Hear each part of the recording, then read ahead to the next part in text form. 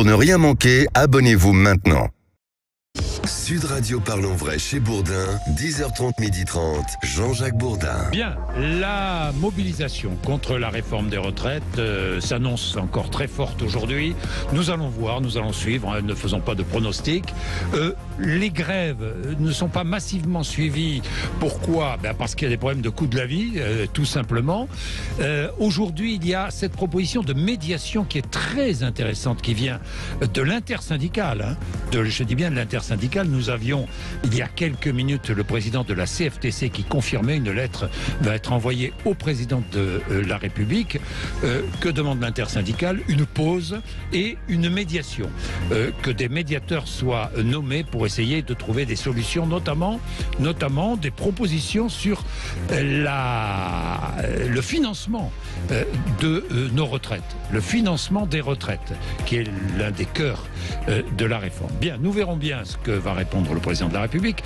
En attendant ces derniers jours, et notamment à Sainte-Soline, mais aussi lors de la dernière manifestation, il y a eu des violences, des actes de violence qui ont marqué les esprits.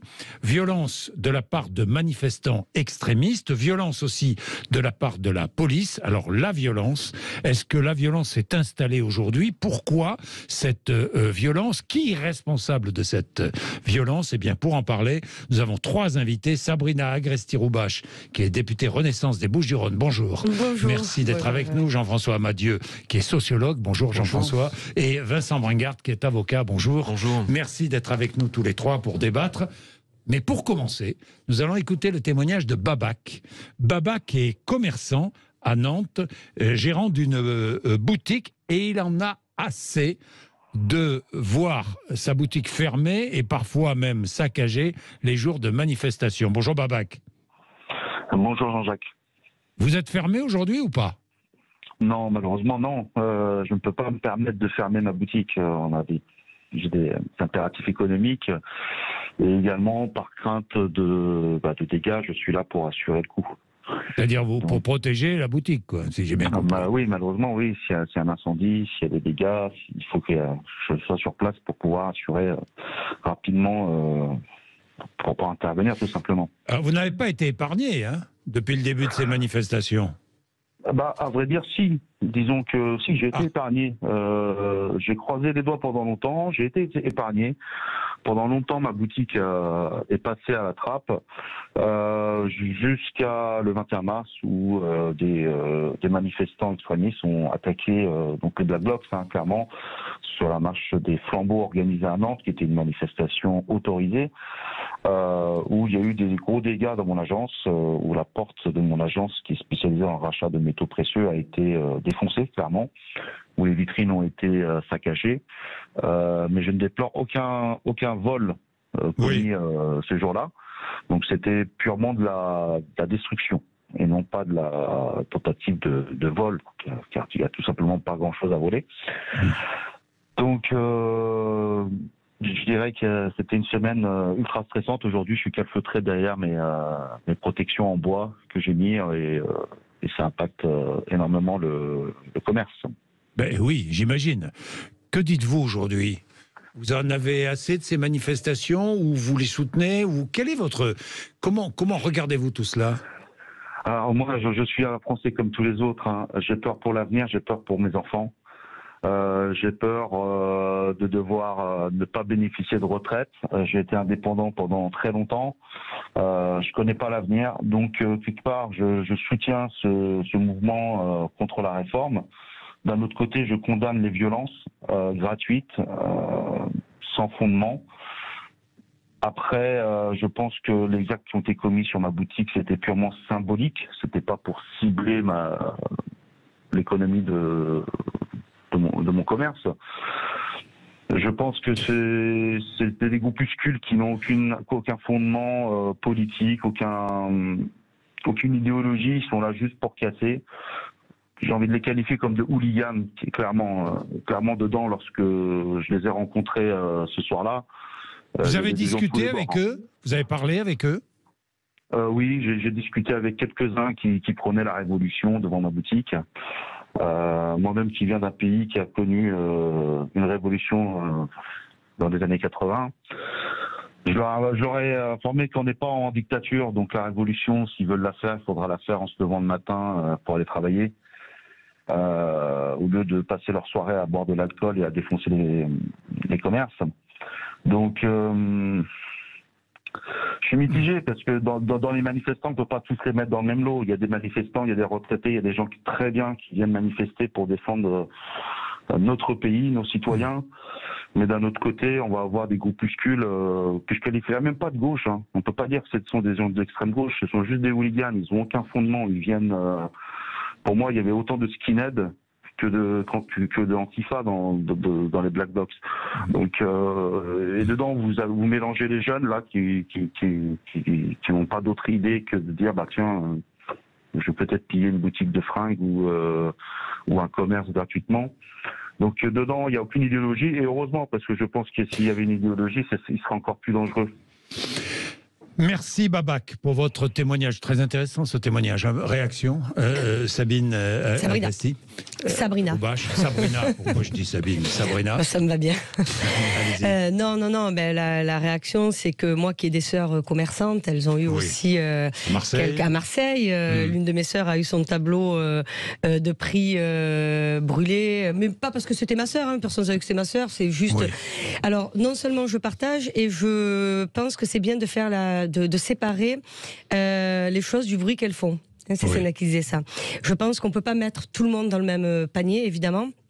Pour reparler de la médiation, bien sûr que oui, c'est le moment. Moi, je pense que c'est le moment. C'est le moment où vous adhérez à cette médiation demandée par les syndicats, là. C'est intéressant, vous êtes député Renaissance. Je suis députée et c'est un tout nouveau mandat pour moi, c'est un premier mandat. J'ai moi-même été syndiquée dans ma boîte de production. Voilà, donc nous, dans l'intermittence, on a quand même un certain corpus. Et sur les violences, moi qui viens justement de l'un des quartiers les plus pauvres d'Europe, à Marseille, j'en parlais avec vos invités juste avant. Vous savez, ces bourgeois qui viennent s'encanailler, on connaît trop ça, nous, dans les quartiers. Moi, je supporte plus, en fait, ces choses qu'on mélange, c'est-à-dire, on n'est pas d'accord, on vient, on brûle, on casse, et puis c'est normal parce qu'on veut faire la révolution. Je rappelle quand même, par exemple, parce qu'il disait, je viens d'un pays qui a fait la révolution. Je rappelle une révolution récente dont plus personne ne parle, celle en Algérie, enfin, les manifestations, le Hirak, qui a été un magnifique mouvement où les manifestants ramassaient les déchets et s'organisaient. Ça, c'est des manifestants. Ce qu'on voit ici, et on n'ose pas dire le mot, moi j'ose le dire parce que j'ai pas de crainte, c'est des racailles nouvelle génération. Ils sont bien nés, mais ils ont envie un petit peu de s'encanailler. Ils veulent faire un peu, comme on dit à Marseille, les crapules. Ça devient insupportable. Et du coup, ça gâche tout ce qu'on doit entendre. Parce que la colère sourde, la colère aveugle, qu'on voit pas, parce que on le montre pas trop dans les médias, c'est ceux qui ne supportent plus de voir le pays à feu et à sang, comme si on était une dictature. Pétard, on est en France, quoi. On est en France. On a le droit de manifester. On a le droit de pas être d'accord. On a le droit de mettre des effigies du président de la République. On a le droit de mettre un ballon. On a le droit. Il a été puni, mais il a fait quand même un député avec un ballon, avec la figure du ministre dessus. Et avec ça, vous n'allez pas en prison. Vous avez une sanction, une vague sanction dans l'hémicycle. Donc, on est en démocratie. Et moi, j'en veux beaucoup à mes collègues LFI, quelques-uns de mes collègues LFI, qui comme ils ont perdu devant les urnes, parce qu'ils vous disent, oui, on veut la révolution devant les urnes. Mais c'est bon, les urnes ont parlé. Le président de la République a été élu. On est en majorité relative. On n'a plus de majorité absolue. Les urnes ont parlé. Majorité relative, c'est d'ailleurs l'un des problèmes. Non, mais il n'y a pas de majorité dans ce pays. Ce que je veux dire, Jean-Jacques, c'est justement l'un des problèmes. Justement, mais ça veut dire que les urnes ont parlé. Donc, je comprends. Et puis surtout, les premiers à souffrir de ça, c'est le monsieur que vous entendez, qui supporte plus de plus pouvoir ouvrir son commerce. Et pourtant, il est plutôt d'accord avec l'esprit des syndicats de dire on est contre cette réforme. Et je suis dans la majorité présidentielle. Je suis pour cette réforme. Vincent Bringart, vous avez entendu le témoignage de Babac et le témoignage de Sabrina Agresti-Roubache. Que dites-vous ? J'étais sensible évidemment au témoignage notamment de Babac, parce que personne ne peut se féliciter du fait qu'un commerçant aujourd'hui ait des craintes de pouvoir exercer son activité professionnelle. Maintenant, moi ce que j'observe, c'est que j'ai le sentiment qu'il y a une sorte de miroir grossissant qui est fait sur ces violences, et on a le sentiment finalement qu'ils viennent réduire les différentes revendications, ils viennent réduire la réalité des différentes mobilisations. Moi, ce que j'ai vu, c'est que globalement, les mobilisations se déroulent bien. Toute la majorité est une majorité pacifique, est une majorité citoyenne qui vient aussi pour pouvoir exprimer son mécontentement vis-à-vis du gouvernement, et c'est parfaitement légitime et c'est indispensable d'un point de vue démocratique. Mais on voit qu'en fait, il y a un déplacement du débat sur des faits de violence qui en fait sont des faits de violence qui sont parfaitement marginaux, mais un déplacement aussi qui sert une logique qui est une logique gouvernementale, et une logique de pas communication. Que gouvernementale. Non, elle que. Sert aussi certains groupes politiques, vous le savez bien. Vous le savez bien. La preuve, ce qui s'est passé à Sainte-Soline a été abondamment souligné aussi par Europe Écologie Les Verts et par la France Insoumise, évidemment. Et abondamment souligné aussi par le gouvernement, le ministre de l'Intérieur. C'est évident, avec des violences des deux côtés. Jean-François Amadieu, vous êtes d'accord ou pas? Oui, évidemment. Ça sert, cette violence, elle sert tout le monde, en fait, malheureusement tout le monde. Oui, on sait très très bien que les violences vont être utilisées par, j'allais dire, les deux parties. Oui. Évidemment, puisque à partir du moment où vous avez des débordements, effectivement, de peu de monde qui s'attaquent par exemple aux forces de l'ordre, c'est Sainte-Soline, automatiquement, vous allez avoir une intervention des forces de l'ordre. Et nécessairement, de façon inévitable et classique, ça va générer des difficultés et puis peut-être des blessés, etc. Donc c'est tout à fait classique. Et ça, en général, dans les conflits sociaux, ça conduit à remobiliser les troupes, ça conduit évidemment à la dénonciation de ce qu'on appelle les violences policières, etc. Donc ça, on est dans un schéma qui est très très classique. Peut-être que ce qu'il faut souligner, et qui est la particularité du moment, c'est que c'est évidemment, vous le soulignez tout à l'heure, une certaine porosité qui est parfois vivement même soulignée, en particulier par les députés de la majorité, entre certains militants ou certains élus de la France Insoumise et puis la mouvance qui est classique, qu'on trouve depuis le 19e siècle quasiment, qui est d'extrême gauche, trotskiste, qui est à la manœuvre. Soyons clairs, ce qu'on voit aujourd'hui, on le connaît par cœur. Le profil vous le disiez tout à l'heure très justement, ça a été même tout à fait décrit par les historiens du syndicalisme américain par exemple. On sait très très bien que les éléments politisés d'extrême gauche ou trotskistes par rapport au mouvement ouvrier, c'est une importation. Ce sont des jeunes issus de la bourgeoisie en général qui viennent. C'est toujours les mêmes. Mais la violence, c'est un mode de conquête du pouvoir très ancien quand même. Oui, tout à fait. Alors là, bien sûr. Est-ce qu'aujourd'hui vous allez jusqu'à dire, Jean-François Amadieu, que certains partis politiques, et vous parlez d'LFI et vous parlez de certains membres d'Europe Écologie Les Verts, légitiment la violence à des fins politiques? C'est une évidence. Le point de débat... c'est une évidence. Oui, alors... c'est une évidence. Il y a une discussion sur ce point. Et je crois qu'il faut être très prudent parce que ça jetterait l'anathème sur l'ensemble d'une formation politique. LFI. Sur l'ensemble des députés de ces formations politiques, et je crois que ça, on peut évidemment pas aller jusque-là. Voilà. Donc ça, il faut faire la part des choses. Et puis il y a une subtile distinction sur laquelle il faut revenir. Encore ce matin, j'entendais évidemment toujours, c'était je crois Mathilde Panot encore ce matin, etc. Il y a un point qui est très important. C'est où fixe-t-on le curseur de ce qui est admissible ou pas admissible dans non pas les attaques sur les personnes ou les violences physiques sur les personnes, mais sur les atteintes aux biens. Pourquoi je dis ça? Parce que, évidemment, c'est une question qui est compliquée. Il n'y a pas un droit ouvert à aller casser les boutiques des commerçants. Évidemment. Après, quand vous prenez évidemment l'histoire des relations sociales depuis le 19e siècle, ça a toujours été fait d'actions qui ne... Oui, bien sûr. Aujourd'hui, quand vous avez, dans la journée d'aujourd'hui, si vous allez, je sais pas, sur le périphérique de Caen et que vous voyez des palettes sur la route et un blocage, tout ça n'est évidemment pas légal. Donc, si vous voulez, les actions, elles ont toujours comporté, mais toujours, même mené. Je dis ça parce qu'à Caen, c'est la CFDT, c'est la CFTC, la CGT, FO, tout le monde. Donc, si vous voulez, et si vous avez quelques pneus enflammés à un moment donné sur un périphérique, on n'est pas non plus dans le cadre légal. Vous faites la différence. C'est compliqué. Une différence entre la violence, qui est une forme de violence de mettre des palettes, et le blocage, ça a toujours existé. Et on l'a toujours toléré. Et les actions, par exemple, de certains militants écologistes, qui sont de plus en plus actions qui sont de Sainte-Soline, voilà la différence. Vous allez me dire, on a toujours jeté des pavés sur les forces de l'ordre, on le faisait en 68, etc. Bah, évidemment. Oui, certes, mais il y a là, sur la question des personnes, des limites qui sont franchies, il y a la question des... Et il y a certainement une différence entre le feu de poubelle et puis autre chose. Mais cette distinction n'est pas facile à faire, vous voyez, entre les deux. Mais elle est importante à maintenir. Bien sûr. Je vais donner la parole, mais je suis obligé d'observer une petite page de pub.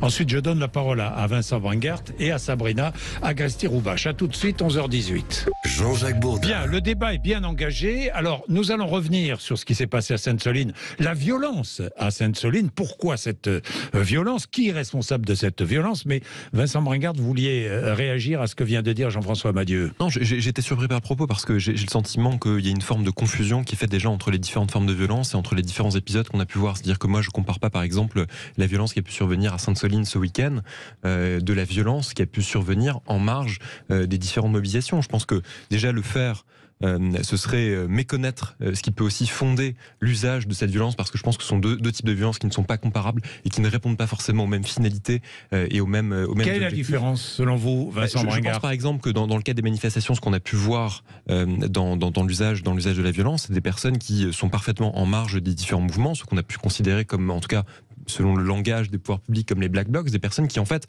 sont un peu, si je puis dire, parallèles, sont un peu satellitaires par rapport au mouvement des manifestations et viennent un peu, effectivement, un peu semer le trouble, mais sans pour autant véritablement partager, en tout cas moi c'est mon point de vue, les différentes revendications qui peuvent être faites par les manifestants. Et c'est vrai que... Selon vous, les Black Blocs ne partagent absolument pas la lutte contre la réforme des retraites. Il m'apparaît difficile de considérer que... fondamentalement... Je pense que fondamentalement, c'est pour ça... Non mais pardon, à Sainte-Soline et à Paris, il y a une différence. Les Black Blocs de Paris à l'Opéra et ceux qui sont, ou à d'autres occasions dans Paris, et ceux qui sont à Sainte-Soline, c'est pas les mêmes. En tout cas, je pense que le rapport à la violence n'est pas le même. C'est-à-dire que vous avez... Le comportement est le même. Le comportement violent est le même. Oui, mais on ne peut pas comparer les scènes de violence qui ont pu survenir le week-end dernier à Sainte-Soline, des scènes de violence qui sont beaucoup plus marginales dans le cadre des mobilisations et des manifestations. Enfin, je veux dire, ça me semble être parfaitement impossible. Parce que, si vous voulez, il y a un usage qui était parfaitement différent. Et même par rapport à ce qu'on disait tout à l'heure, on parle de quelle violence? C'est-à-dire que le fait aussi de faire une confusion entre les deux, c'est-à-dire que vous allez comparer, par exemple, un feu de poubelle qui peut survenir à Paris, du fait qu'on puisse éventuellement jeter un projectile sur un CRS à Sainte-Soline. Enfin, je pense sur un gendarme, parce que c'était les gendarmes. Là aussi, c'est pour ça que il me semble qu'il y a quand même une confusion qui est faite entre les différents. Comme il me semble parfaitement erroné de considérer que finalement il y aurait des partis politiques qui trouveraient, qui pourraient se satisfaire de l'usage de cette violence. Je pense en revanche qu'il peut y avoir à Sainte-Soline, il y a eu des comportements un peu ambigus, pardon. Je pense qu'il y a une ambiguïté, je pense qu'il y a un embarras. Je pense qu'il y a un embarras parce que à la fois ils sont dans l'incapacité de pouvoir condamner de façon extrêmement ferme la violence, parce que ils ont conscience aussi que cette violence s'exprime parce qu'il y a un blocage institutionnel et qui est un blocage politique, mais que de l'autre, évidemment, en tant que représentant de la nation, c'est difficile pour eux malgré tout de pouvoir cautionner l'usage de la violence, que de fait il n'est pas conforme au code pénal, il n'est pas conforme à ce que la loi peut prescrire. Mais je pense que cet embarras, encore une fois, s'exprime par le fait que, c'est ça qui est fondamental. Oui. C'est aussi la cause, c'est-à-dire que cette violence survient. Alors déjà, peut-être qu'on en parlera. Je vais en parler. Il y a aussi un état de tension. Il y a aussi un état de tension qui est engendré par les logiques de maintien de l'ordre qui sont mises en place par les pouvoirs publics, et c'est aussi des violences qui surviennent dans le cadre d'un blocage institutionnel. À partir du moment où vous avez un gouvernement qui impose sa vision des choses, et à partir du moment où vous avez des parlementaires qui sont dans l'incapacité de pouvoir véritablement exprimer une opposition, forcément que... Non, c'est pas dans l'incapacité d'exprimer une opposition. C'est dans l'incapacité de voter. Non. Ce qui est pas... Oui, dans l'incapacité de voter, mais si vous voulez... C'est pas tout à fait pareil. La motion de censure... Si vous permettez, je vais répondre sur le débat. Tout le monde savait parfaitement que la motion de censure allait être rejetée. Sur le blocage institutionnel, non. Sur le blocage institutionnel, ils ont bloqué. Tout le monde voulait aller à l'article 7, ils n'y sont pas allés, ils ont déposé des amendements. Vous vouliez aller au vote ?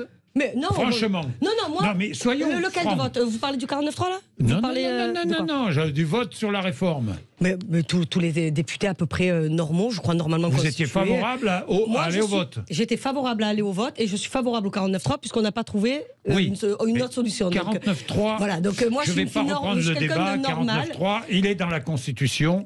Après. Je suis quelqu'un de tout à fait normal, mais moi ce que j'aurais préféré même avant ça, parce que vous parliez du blocage institutionnel, et vous avez raison l'embarras, parce qu'en fait ce qu'ont démontré les députés LFI, parce que moi j'étais dans l'hémicycle pendant 15 jours avec eux, donc je les ai vus, c'est leur incapacité à travailler. En fait ils travaillent pas, ils taffent pas, ils font rien, ils sont là, ils font du bruit, alors ils sont très bruyants, non, ils travaillent pas. Ben moi avec mes collègues, en tout cas là vous êtes quand on discutait, est-ce que les députés de la majorité travaillent beaucoup plus? Pardon, mais bon, j'ai rarement vu un député Renaissance. Non mais on a proposé quelque chose, député Renaissance. Vous savez quoi, en tout cas, dans la norme, non, on peut pas dire que le blocage institutionnel, ça c'est pas vrai. Le blocage institutionnel, vous avez raison, ils sont dans l'embarras parce qu'en fait dans l'hémicycle, ils ont fait autre chose que ce que dehors on attendait d'eux. C'est ça en fait que vous voulez pas comprendre. Personne le voit et moi je vous le dis, dehors, c'est pour ça que maintenant ils sont embarrassés avec la violence parce qu'ils savent très bien que s'ils avaient fait leur travail de parlementaire, projet contre projet, ils ont été le relais d'une opposition populaire. Ils ont été le relais de rien, non, le relais de ils ont été le relais de Mélenchon. Attendez. Et qui était dans les tribunes et qui rigolait. On va pas reprendre un débat sur l'attitude des députés LFI, l'attitude du blocage des députés Renaissance. Non, ce qui m'intéresse, c'est la violence. Cette violence qui finalement, je crois qu'on l'a dit, qui était dans l'hémicycle. Oui. J'ai regardé avec attention le vote dans l'Ariège. Le vote dans l'Ariège, vous avez vu l'abstention. J'ai vu. Je dis ça comme ça au passage, même si c'est une législative partielle. Abstention forte. Donc c'est à remarquer. Absolument. Bien. Mais je reviens sur la violence qui s'est invitée. Parce qu'au début, les manifestations n'étaient pas violentes. Évidemment. Contre la réforme des retraites. Et elle s'est invitée, cette violence. Elle s'est invitée jeudi dernier. Et surtout, elle s'est invitée à Sainte-Soline. Alors, à Sainte-Soline, on va distinguer effectivement. Rien à voir. À Sainte-Soline, d'ailleurs, la plupart des élus présents, c'était des élus Europe Écologie Les Verts, qui étaient contre ces retenues d'eau. Oui, et il est vrai, je le dis clairement, ont fait preuve d'une certaine mansuétude avec les éléments violents qui étaient sur place, avec des gendarmes mobiles et non pas des CRS à Sainte-Soline, qui ont agi différemment dans le maintien de l'ordre. On y reviendra, Jean-François Amadieu. Mais aujourd'hui, cette violence est instrumentalisée de tous les côtés, c'est ce qu'on disait, instrumentalisé par les groupes extrémistes et par les partis politiques, quels qu'ils soient, par le pouvoir et par l'opposition. Mais que devrait faire alors Jean-François Amadieu? Oui, alors il y a une difficulté, vous voyez, à Sainte-Soline, il y a une particularité, vous aviez raison de souligner qu'il s'agit d'une manifestation qui n'est pas autorisée. À partir du moment où vous avez une manifestation qui est interdite, quand vous êtes un député, un élu, ça pose une petite difficulté. Oui. Et même les organisations syndicales, en général, évitent de le faire. Absolument. Donc là, c'est le mouvement des Gilets jaunes. Je rappelle qu'effectivement, pendant 2 ans, les manifestations ne sont jamais autorisées. Elles ont lieu un peu n'importe où, dans des conditions de désorganisation. Il faut quand même rappeler que c'est un fait exceptionnel. On a eu 2 mois de manifestations organisées par nos organisations syndicales qui ont été totalement calmes de A à Z, de façon absolument extraordinaire. Ce qui démontre, qui est très intéressant, ça démontre que plusieurs choses. D'une part qu'effectivement, là, sans doute l'erreur commise, c'est qu'il ne faut pas, il faut faire confiance au corps intermédiaire, comme on dit, car ils ont une capacité. Pour le politique, c'est plus compliqué, comme vous le rappeliez. Il y a des taux d'abstention, il y a un système qui dysfonctionne. Oui. Bon, d'accord. Mais pour les organisations syndicales, ça marche. Donc, on peut s'appuyer sur elles. Et je rappelle que depuis le 19e siècle, il faut quand même savoir que dans tous les pays, si les syndicats existent, c'est justement pour éviter que n'importe qui vienne manifester n'importe où et faire n'importe quoi. Et les syndicats sont là pour ça. Et ça marche. Normalement, ça marche. Donc, on se retrouve maintenant dans une situation que tous les syndicats avaient annoncée. C'était attendu. D'accord ? Mais ça n'est pas incontournable. Parce que pendant 2 mois, on ne l'a pas eu. Donc, et je voudrais dire que la différence entre Sainte-Soline, précisément, et les manifestations sur les retraites, sur le social, tenues par les syndicats, vous parliez de Marseille, mais c'est pareil à Marseille, c'est que si vous voulez, quand vous avez des organisations syndicales puissantes qui tiennent la maison, tout ensemble, il ne se passe rien. Il se passe rien. Oui, d'accord. Ça tient. Et surtout, quand il y a une perspective et que ça peut marcher, et là le système peut fonctionner. C'est d'ailleurs une très bonne nouvelle pour la France, parce que je rappelle que depuis 2016, même les 1er mai étaient impossibles, les syndicats, il y avait des blagues tout le temps, on ne gérait plus rien, sans parler des Gilets jaunes en 2018. Donc, si vous voulez, un système dans lequel, depuis 2 mois, les syndicats ont repris le contrôle de la situation c'est la raison pour laquelle il faut que ça débouche dans les heures qui viennent. Ils font des propositions et ça va marcher. Et raison quand même, parce qu'ils ne veulent pas perdre cette mainmise en quelque sorte sur ce mouvement. Ont repris la main. C'est leur mission fondamentale dans le monde entier. Surtout, ils ne veulent pas que les violences. C'est pour ça que on fait un débat sur les violences. Ils ne veulent pas que les violences débordent. Et les violences et les débordements de l'extrême gauche depuis le 19e siècle émanent sociologiquement de gens qu'on connaît. Vous avez raison, Sabrina, de le souligner. C'est en effet, les historiens du mouvement syndical l'ont largement décrit, la politisation, l'ultra-gauche n'est pas dans la culture ouvrière et syndicale. Ce sont des importations dans le mouvement ouvrier. Ce sont des gens qui appartiennent à des milieux sociaux qui n'ont rien à voir. Effectivement, d'étudiants parisiens qui vont sortir, etc. On connaît très bien, on le sait. C'est pas nouveau, ça existe comme ça depuis très très longtemps. Et c'est un problème pour le mouvement syndical. C'est connu depuis très longtemps. Nos syndicats affaiblis depuis quelques années ont souffert de ça parce qu'ils étaient affaiblis. Ils se refont une santé en ce moment. J'espère que ça se confirmera. Moi aussi. Il le faut, parce que c'est la clé. Je voudrais dire qu'à Sainte-Soline, ce qui manque pour finir... C'est le Conseil constitutionnel et Emmanuel Macron aussi. Il est là, soyons clairs. On sait depuis 2 jours, quasiment, qu'en effet, la solution de sortie de crise est trouvée. Ça va la médiation. C'est une astuce. La médiation, personne ne croit que les médiateurs vont inventer le compromis. C'est juste une façon des... Oui, mais si tout le monde se met autour d'une table... Oui, mais bien sûr. D'ailleurs, Laurent Berger l'a dit. En fait, vous avez bien compris que c'est juste une astuce pour ne pas que le gouvernement ne disent pas ou que l'Élysée ne soit pas obligé de reconnaître qu'il met les choses en pause. Mais techniquement, ça reviendra au même. Donc il fallait trouver l'astuce, elle est trouvée, c'est très bien. C'est la porte de sortie pour tout le monde. Oui, c'est une porte de sortie honorable pour tout le monde, on connaît ça par cœur. Bon, elle est trouvée, c'est très bien. Mais je voudrais dire qu'à Sainte-Soline, ce qui manque, et sur d'autres sujets, à la différence des questions sociales, là on est sur des questions de climat, etc., c'est qu'il n'y a pas de système de représentation, de système de négociation, de système institutionnalisé comme on l'a créé dans le monde entier pour les domaines qui concernent le travail. Entre les patrons, les syndicats, etc. Ça n'existe pas à Sainte-Soline. Vous rassemblez qui ? Il n'y a pas de volonté de médiation non plus. Oui, mais vous négociez avec qui ? Vous faites comment ? Ce qui manque, c'est ça. Des pouvoirs publics, qu'ils organisent une possibilité de médiation. Moi, si vous voulez, même par rapport à ce que vous disiez tout à l'heure, je crois là encore il faut bien parler des sujets qu'on évoque. C'est-à-dire que déjà, vous avez parlé tout à l'heure de manifestations non autorisées. Déjà, juridiquement, les manifestations non autorisées est un non-sens. C'est-à-dire que en France, les manifestations sont soumises à un régime déclaratif. On parle éventuellement de manifestations interdites, mais il n'y a pas d'autorisation à manifester. Et même lorsque vous regardez d'ailleurs la jurisprudence de la Cour européenne des droits de l'homme, même d'ailleurs face à des manifestations qui ne sont pas toujours autorisées, voire même interdites, elle peut apprécier l'exercice, encore une fois, de cette liberté de manifestation. Moi, ce qui me frappe à Sainte-Soline, et je pense que c'est comme ça dont on doit discuter aussi, c'est quand même aussi le déploiement de force et l'annonce de la violence. Alors, on va en parler, la violence, effectivement, la différence entre les gendarmes mobiles et les CRS, allez, il est 11h33, vous êtes sur Sud Radio.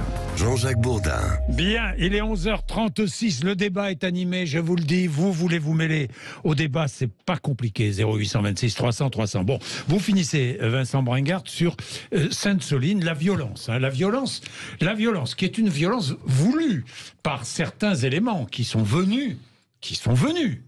Ce sont des actions de militants écologistes limitants écologistes, extrémistes, on ne sait pas trop d'où ils viennent, d'Europe entière, mais même d'ailleurs, puisqu'on a même, je crois, identifié des manifestants qui venaient de Nouvelle-Zélande pour affronter les forces de l'ordre, pour affronter les forces du capitalisme. C'est ça, Mais déjà, là encore, je veux dire, on ne connaît pas précisément la composition des personnes qui viennent, mais ce qui est certain, c'est que vous avez à minima une grande majorité qui vient pour exprimer son mécontentement et son opposition face à un. Mais je vous parle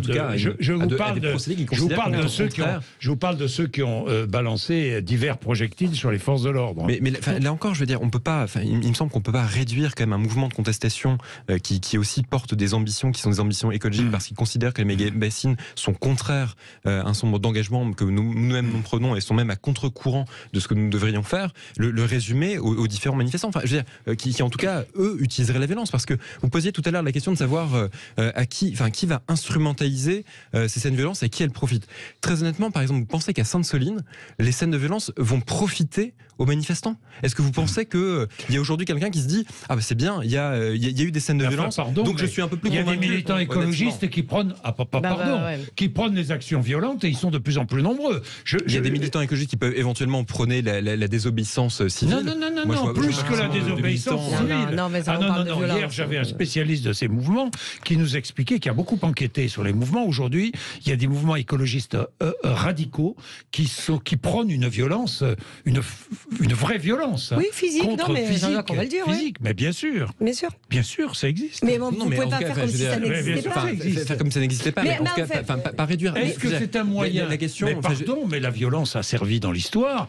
La violence a servi pour renverser le pouvoir. Non, ça, quel qu'il soit. Je pense effectivement que la violence a servi. Et d'ailleurs, on peut même prendre en exemple ce qui s'est passé au moment des manifestations et des mobilisations des Gilets jaunes, où finalement Emmanuel Macron a lui-même réagi à ces différents actes de violence en décidant un certain nombre de revendications. Mais simplement, encore une fois, moi, j'alerte sur la nécessité, encore une fois, de ne pas tout confondre. Moi, j'ai le sentiment, en tout cas, lorsque je regarde la mobilisation des réformes des retraites, qu'on n'a pas non plus basculé dans un chaos et dans des émeutes. Mais je suis d'accord avec vous.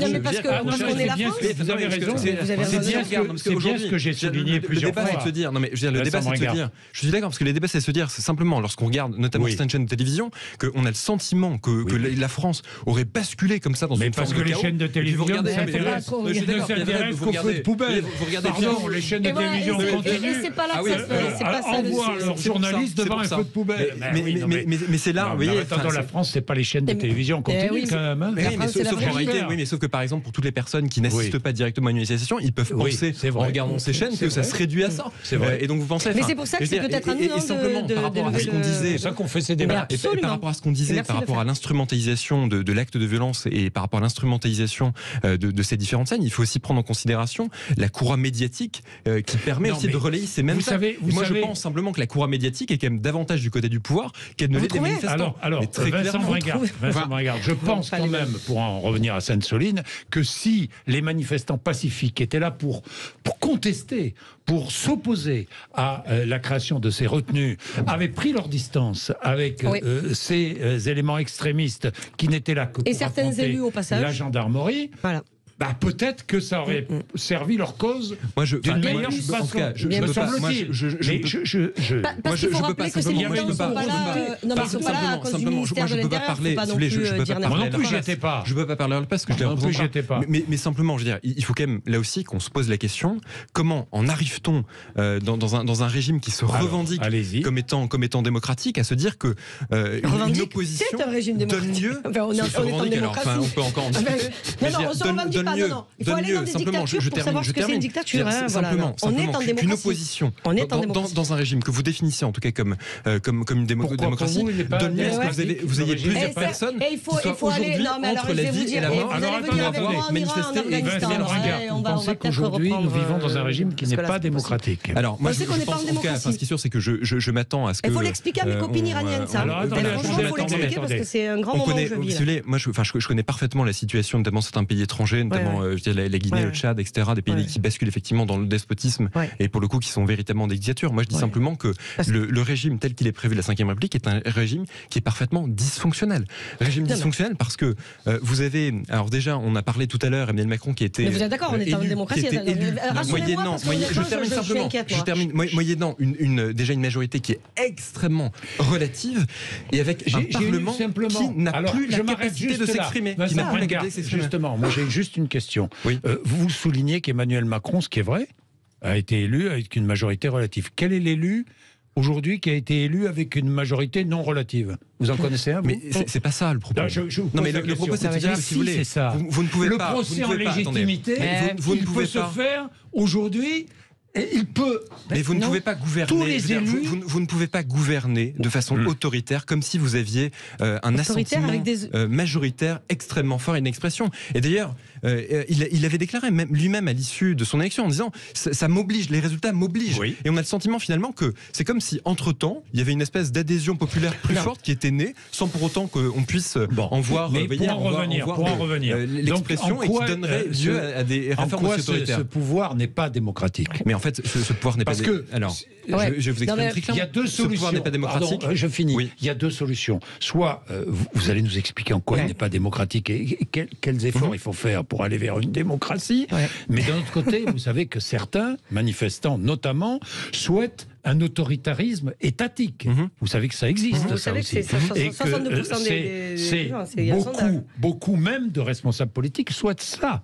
Vous le savez, Vincent Bringard. Là, vous crieriez aussi au déni démocratique, j'imagine. Mais simplement, pour terminer sur le déni démocratique, l'idée qui me semble-t-il essentielle, c'est que vous avez des troubles de fonctionnement de nos institutions. C'est-à-dire que vous avez déjà un pouvoir exécutif qui parvient à exprimer et à exercer sa volonté de d'imposer les réformes par le biais en fait d'instruments qui sont présentés comme des instruments constitutionnels. Sauf qu'en réalité, l'existence, soit l'existence du fait. Finissez, Vincent Bringard. Simplement, on voit parfaitement. Mais vous pouvez en rire. Moi, je pas en rire. Mais ils sont pas présentés. J'ai de vous écouter. Mais simplement, laissez parler Vincent Bringard. On le laisse parler depuis tout à l'heure, je dirais. Là, il va finir. Il suffit de mettre bout à bout les différents éléments. C'est-à-dire, vous avez encore une fois un président qui est élu avec une majorité relative qui aurait dû imposer à ce qu'il fasse davantage de prudence et discernement dans la manière dont il s'exprime et dans la manière dont il cherche. Ça, c'est l'exercice du pouvoir. C'est pas tout à fait pareil. Alors, Vincent Bringard, il y a des conditions d'une élection. S'agissant du Parlement, on le voit par exemple sur la question de la réforme des retraites. C'est que à peine vous avez permis éventuellement à ce qu'un débat puisse s'instaurer, qu'on fait usage de l'article 49.3 en sachant pertinemment que par le fait même du fait majoritaire, en réalité, vous allez avoir une réforme qui va réussir à passer, soit parce que c'est un fait majoritaire et que on va ici ou là combiner pour pouvoir rejeter la motion de censure, soit parce que vous avez...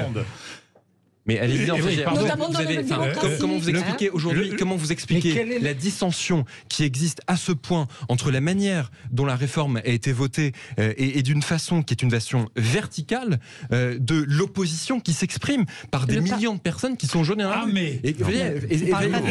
peut-être, c'est de ne pas être allé au vote. Mais ça, vous pouvez pas considérer. Simplement, je termine là-dessus. Vous pouvez pas considérer, à partir du moment où vous avez des millions de personnes dans la rue pour s'opposer à une réforme des retraites, non seulement pour des éléments de fond, mais aussi pour des éléments de procédure dans la manière dont cette réforme a été imposée, que vous êtes face à un régime démocratique qui fonctionne.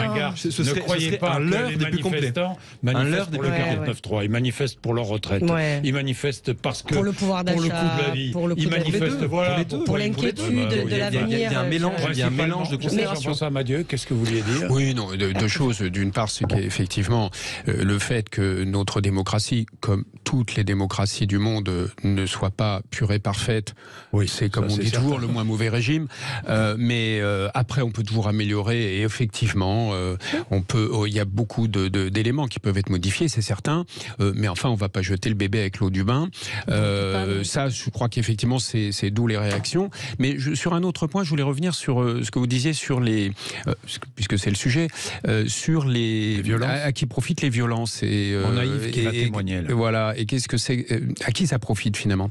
Quand vous regardez lorsque vous avez, et d'ailleurs ça répondra à la question du caractère démocratique, quand vous prenez Notre-Dame-des-Landes, que je sache, il y avait eu beaucoup de votes, de référendums, de procédures, tout ça démocratiquement avait été plutôt conclusif, et c'était qu'il fallait, en l'occurrence, aller de l'avant et non pas reculer. Pourtant, c'est ce qui a été fait. Bon, ce que je voulais vous dire, c'est que quand vous prenez le résultat des violences en France depuis la Révolution française, elles ont toujours systématiquement et en général conduit à des effets positifs. Positifs, je veux dire, c'est des processus révolutionnaires, mais c'est les gilets jaunes, c'est régulier. Et d'ailleurs, le conflit que nous connaissons se résout en partie en ce moment en raison, comme malheureusement les syndicats l'avaient dit, des problèmes posés par les débordements. Et en effet, mais nous le savons très bien, c'est l'histoire nationale. Non, surtout dans le cas français, parce que la France est un pays marqué par cette tradition-là. Donc nous le savons très bien par comparaison internationale. Il ne faut pas être naïf, nous le savons. Donc le fait que ça marche, tous les Français le savent. Et beaucoup de Français le déplorent, tout le monde le déplore ici. Il faut éviter d'en arriver là, mais on sait que ça marche. Personne n'est naïf. Il est 11h47. Yves sera là dans un instant pour témoigner à propos de Sainte-Soline. Ensuite, j'en ai la parole à Sabrina Agresti-Roubache et nous terminerons. À tout de suite. Jean-Jacques Bourdin. Bien, il est 11h51. Il y a des manifestants sur les voies Gare de Lyon, donc le trafic est interrompu. C'est une forme de violence, mais une violence classique dans les manifestations. Oui, mais ça c'est complètement classique. On a toujours vu ça. Bien, Yves est à Arcachon très vite. Yves, Jérémy, parce que j'ai peu de temps. Yves, bonjour. Oui, bonjour à toutes et à tous. Oui, non, par rapport à Sainte-Soline, on dit il y a eu blocage, il faut négocier. Mais il y a eu une négociation et votre intervenant tout de suite l'a rappelé, Notre-Dame-des-Landes. Il y a des concertations qui sont en place. Simplement, à un moment donné, il y a des éléments qui refusent.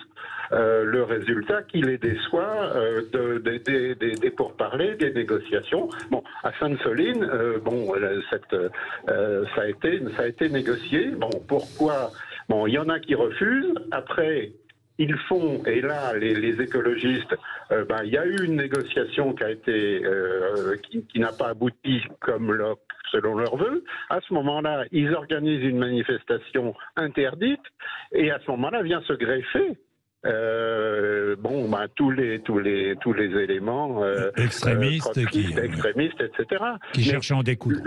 Le mécanisme existe, il a été respecté. Bien. Donc, comment peut-on faire? Bien, c'est une bonne question d'Yves. Le mécanisme existait. Oui, comment peut-on faire face à cette violence venue tout à coup d'ailleurs, qui vient s'immiscer dans un conflit social? Comment peut-on faire? Ou on les arrête tous? Non, mais comment peut-on faire? Moi, j'aimerais savoir. Ça dépend des sujets, pas mais déjà... En tout cas, pour ceux qui veulent casser, brûler et faire mal. Voilà, ça c'est déjà le préalable, c'est celui-là. On arrête peut-être aussi avec le mépris gouvernemental.